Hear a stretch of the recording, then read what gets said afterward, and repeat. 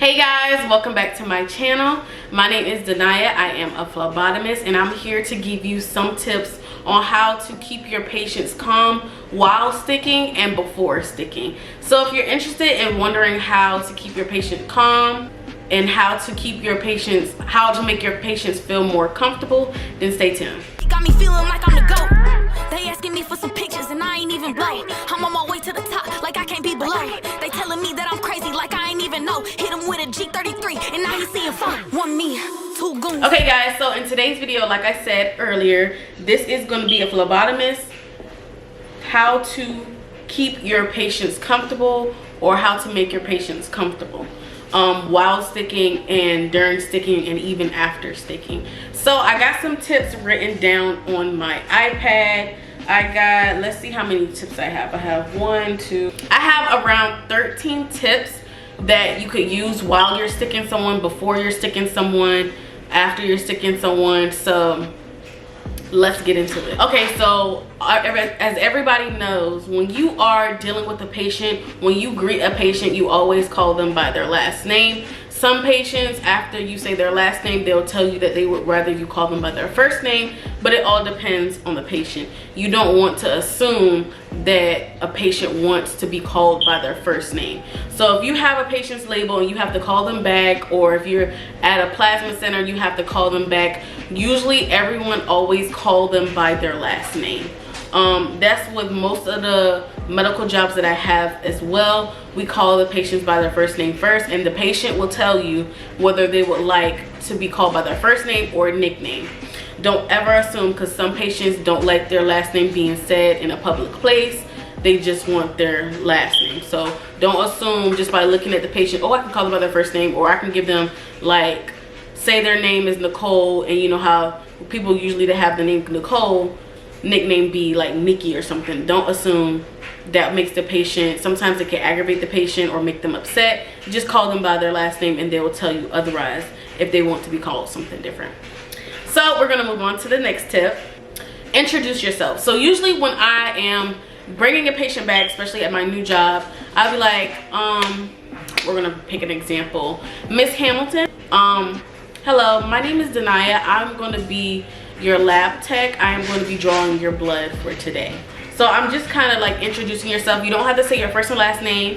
I usually introduce them with my first name. I don't say, hey, my name is Miss Brown. I'm going to be drawing your bloods. I guess that's up to you and what you're most comfortable with. But I would tell them my first name. Be like, hey, my name is Denaya. I'm going to be your lab tech today. I am going to be drawing your blood. Because sometimes when I say lab tech, they don't know that I'm getting blood. Sometimes, most of the time when I say phlebotomist, some people don't know what a phlebotomist is. So either I'll be like, hey, my name is Denaya, I'm going to be drawing your blood, or hey, my name is Denaya, I am your lab tech for today. It depends on the person.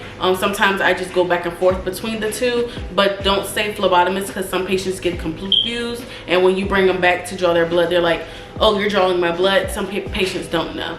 But always introduce yourself when you're bringing a patient back so they can get that ease off of them, because if you're bringing a patient back, you call them, hey, Miss Hamilton, can you come back, please? And you're just bringing them back and you're not telling them who you are. You're just quietly walking to the lab. They start to feel uncomfortable, and they start to feel uncomfortable with you sticking them. So it's best to start introducing yourself once y'all come in face contact. Usually I'll give the patient time to walk a little bit towards me, and I will say, good morning, good afternoon. My name is Denaya. I'm going to be drawing your blood for today.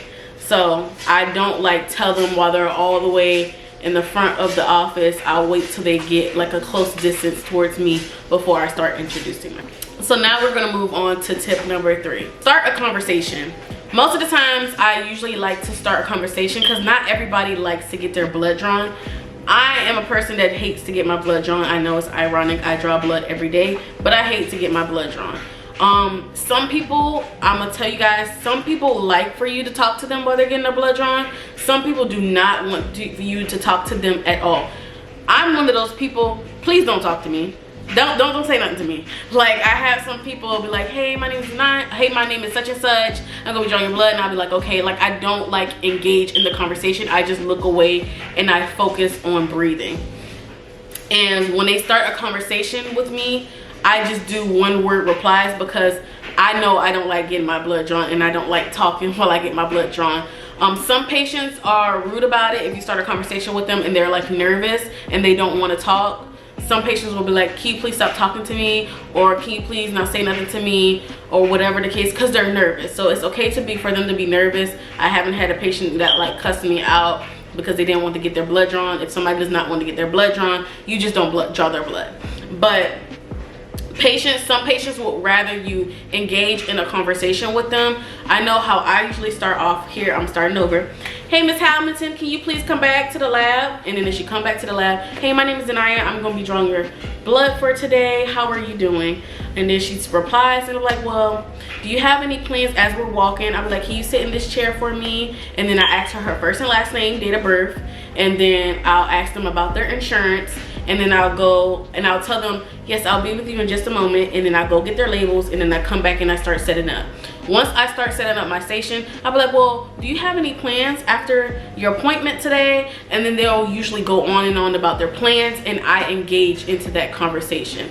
So I know this one lady, she told me, oh yeah, it's Memorial Day weekend. I have some family coming over. We might do like barbecue. I don't know yet. And then she stopped talking. So I just kind of feed off of that conversation of like, oh, you're having family over. I know that's exciting. Do you know what are you guys gonna cook on the grill? Do you know if you're gonna cook? Are you gonna play music? I just start asking different things. Nothing too personal to make the patient uncomfortable, but enough to get them talking, to get their mind off of them getting their blood drawn.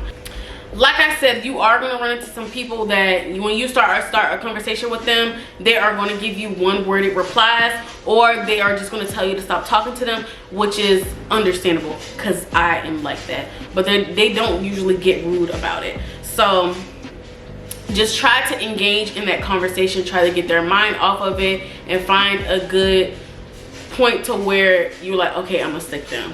Some patients, I will ask them, would you like me to tell you when I'm about to stick, or do you want me to stick? Just because I don't want to cause them to jump or pull back while I'm sticking. So I ask them what their preference is before I start sticking, and I also ask them which arm preference as well. Now we are going to move on to tip 4. Once the patient walks towards me and I'm introducing myself, I am analyzing the patient. I analyze the patient, I analyze the skin type, I analyze the arms, and I kind of figure out which arm I will probably want the best. Now, not all the times when you analyze them right off the bat, do that be the arm that you pick when they sit down. It's probably totally different.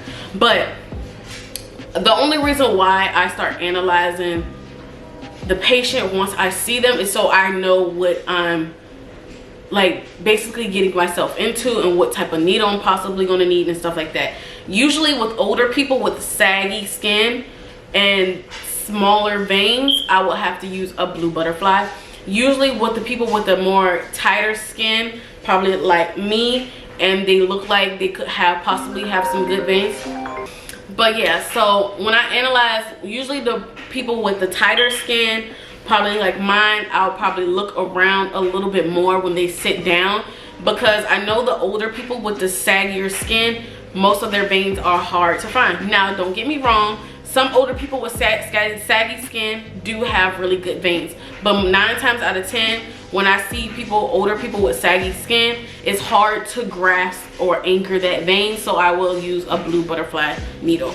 But the younger people or the older people with the tight skin, it's not really saggy skin, it's either or. You could use either needle basically. But I do judge my patients once I see them, not judge them in a bad way, but I do judge their arms and their skin just to figure out what needle I'm gonna need before they sit down.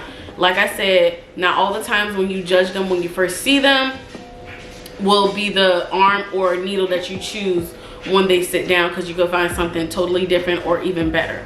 But I just start analyzing the patient because it just kind of gets me prepared on how to set up my tubes and which arm I'm gonna possibly pick and stuff like that. So, but when you put a tourniquet on, it's a totally different story. So do what you think is more comfortable for you. But I notice once I start analyzing the patients ahead of time and then they sit in my chair, I get right to it, instead of, because patients get uncomfortable when you start poking and feeling too much, even though some people do have hard veins. But say somebody looks at this arm, then they look at this arm, then they look at this arm, then they look at this arm again, and then they stick. Patients get uncomfortable because they feel like, okay, this person doesn't know what they're doing. But sometimes you have to do that to find a good vein. The patient probably didn't drink enough water. They probably just have bad veins or deep veins. It all depends on the patient, but the patient will kind of start feeling uncomfortable when you start looking around a little too long. Okay, the 5th tip is let the patient know that you are listening to them. I know when I get my blood drawn, I say the same thing every single time, but everybody's different. Every phlebotomist is different. I tell people that I'm hard and that I usually get stick 5 times and that they can always go in this arm. But everybody's different. Some people that stuck me can go in this arm. Some people that stuck me can go in this arm. Some people that stuck me can't go in either arm. It all depends on who's sticking you, but you want to listen to what the patient's saying. If you just brush the patient off while they're telling you, hey, I'm a hard stick, or my veins roll, or people have a hard time finding a vein on me, or I'm a very hard stick.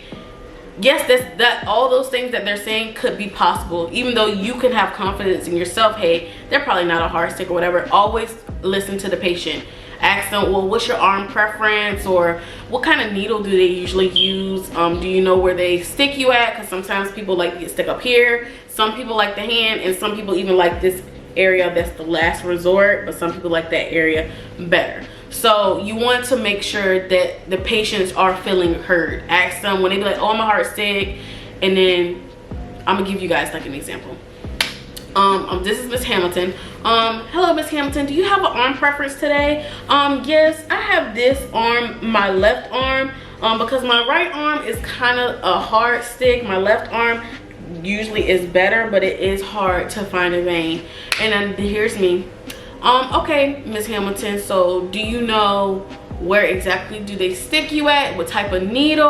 Or do you just want me to feel for it? And she was like, honey, I really don't know. I guess you can try and you can see. And then I'm gonna look in the preferred arm first, and then if I can't find anything, then I'm gonna look in the other arm. Every phlebotomist finds something different. Just because a phlebotomist found something in her arm right here doesn't mean I will find it. Just because I found this one on her other arm that other people can't find doesn't mean nobody else can't find it, just like I found it. So just be aware and listen to your patients, because if you just be like, yeah, okay, or not really ask them about where they've been stuck, what needle they've been stuck with, or if they drunk water, then they're gonna feel like that you're not listening to them. So always listen to your patients. Okay, the 6th tip is let the patient talk. I know that I used to be a really shy person, but I guess when I started working, I started talking more and more, and now I can't shut the fuck up. But when a patient is telling you about their plans or about their life story or what they're going through while you're sticking them, let them talk. Don't try to engage in the conversation, but don't take over the conversation. Like, they're talking and then you're like, oh yeah, I've done that before, I did da da da da. Let the patient talk. Yes, you probably done the same thing as the patient or been through similar things as the patient, but let the patient talk and let them get their emotions out.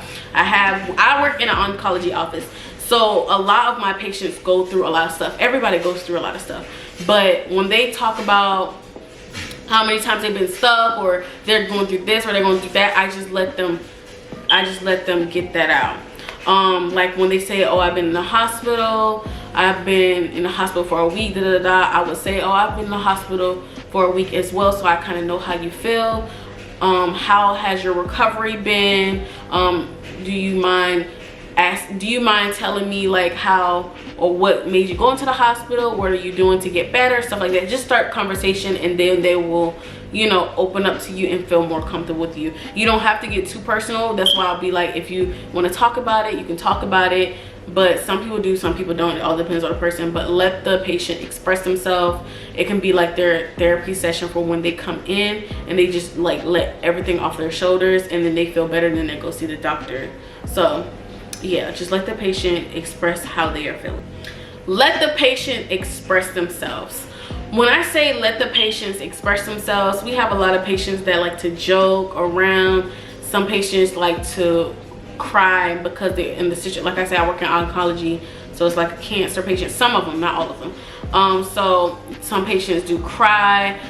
Some patients, just let them express how they're feeling. I never had a lash out, I never had a curse out.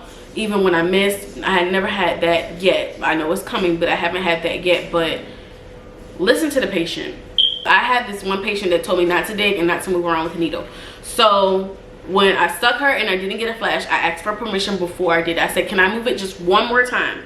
And she was like, okay, you can move it one more time, but if you don't get it, take it out, because she doesn't want people to dig. So I moved it that one time, and then I got it, and then we proceeded to with her blood draw.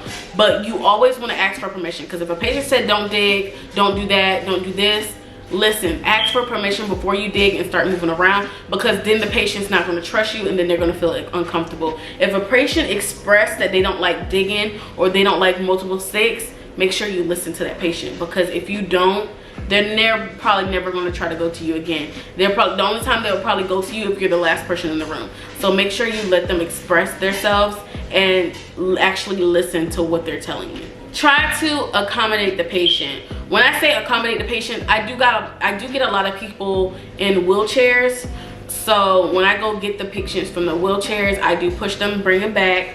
And instead of transferring them from wheelchair to chair, I just stick them in their wheelchair. I'll set it in front of my phlebotomist, my phlebotomy chair, and I will sit in the phlebotomy chair, and I will let them sit in their wheelchair, and I'll stick them like that. So try to help the patients out a little bit. Or if they have a cane or a walker, I would like hold their bag. I'll ask for permission, especially if they have a lot of stuff with them going to cancer treatment.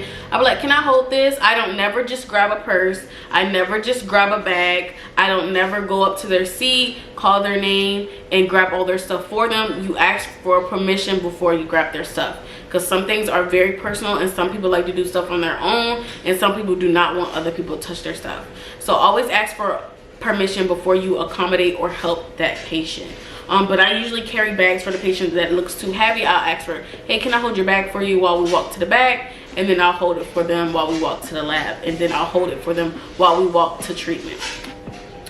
Some people that's wearing or use a cane, I will let them hold on to me while they're walking with their cane, or I will walk with them while they have their walkers, just so we don't have any fall risks. So just make sure you try to accommodate for the patient and make sure they're okay. I remember I had this one person that was coming back from the bathroom, and she was leaning on the walls and stuff like that, and I thought she wasn't okay, so I called the nurse and I made sure she was good. So make sure that all the patients are good when they leave your chair and before they get in your chair. Another tip, which is a really good tip, a really serious tip, no matter if you're in the doctor's office, hospital, or plasma center, do not do more than one stick. I had multiple people on me do more than one stick. Do not do more than 2 sticks. I'm sorry. Do not do more than 2 sticks. After you do 2 sticks and you do not get it, try someone else. Because it just makes the patient more comfortable. Because if you just keep missing and missing and missing, you're just sticking this patient over and over and over. You want to find somebody that's going to possibly get it. So go ahead and move the patient or get another person to come and stick the patient.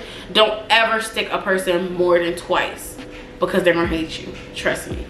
I've been there. I've been the patient, and I've been the person that stuck somebody 3 times and didn't get it. Don't do more than 2 sticks. Don't talk negative around the patients. What I mean by negative, I mean you will have some patients to be like, I'm really a hard stick, or I'm a hard, or like my veins roll. Nobody can ever get me. Don't ever be like, oh well, we're gonna try, or I'm gonna see what I can do, or we'll see. You can be like, oh well, let me see your arm and let's see what we can get. Don't be like, well, we'll see what I can do, or let me see, or we'll try. I like to say, well, let me look at your arm first. Let's see what we can find. And I do not stick unless I feel a good plump vein. Some veins that you can see are not good veins. You have to make sure it's plump. It's actually like bouncy, like a sponge bouncing up and down. Don't like think, oh, I see this vein, let me just stick it. You have to feel it.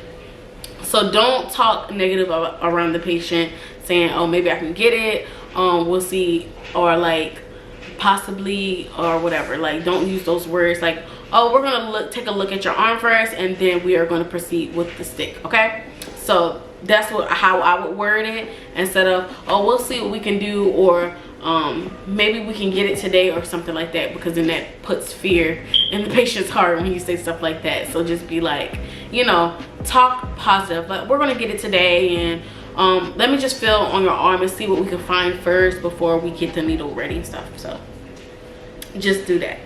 So this is the last thing that I have on my list. Focus. Try to do one stick. Everyone messes up. It's okay. So this is just like a motivational tip. Focus. When you see the patient, you call the patient back, or you go into a patient room, just go ahead and analyze the patient, talk to the patient, greet the patient, introduce yourself, and know that you can get this stick. I get motivated after every stick because I be like, I'm on a roll. So just know that you can get this stick. Don't doubt yourself, because when you doubt yourself, you start to get nervous. And when you start to get nervous, you mess up. So just focus on getting the stick. You don't get it every time. It's okay. Not everybody can get it every time. I know I don't get every stick. It happens. Nobody is perfect, but just keep working on getting your sticks and you will get better.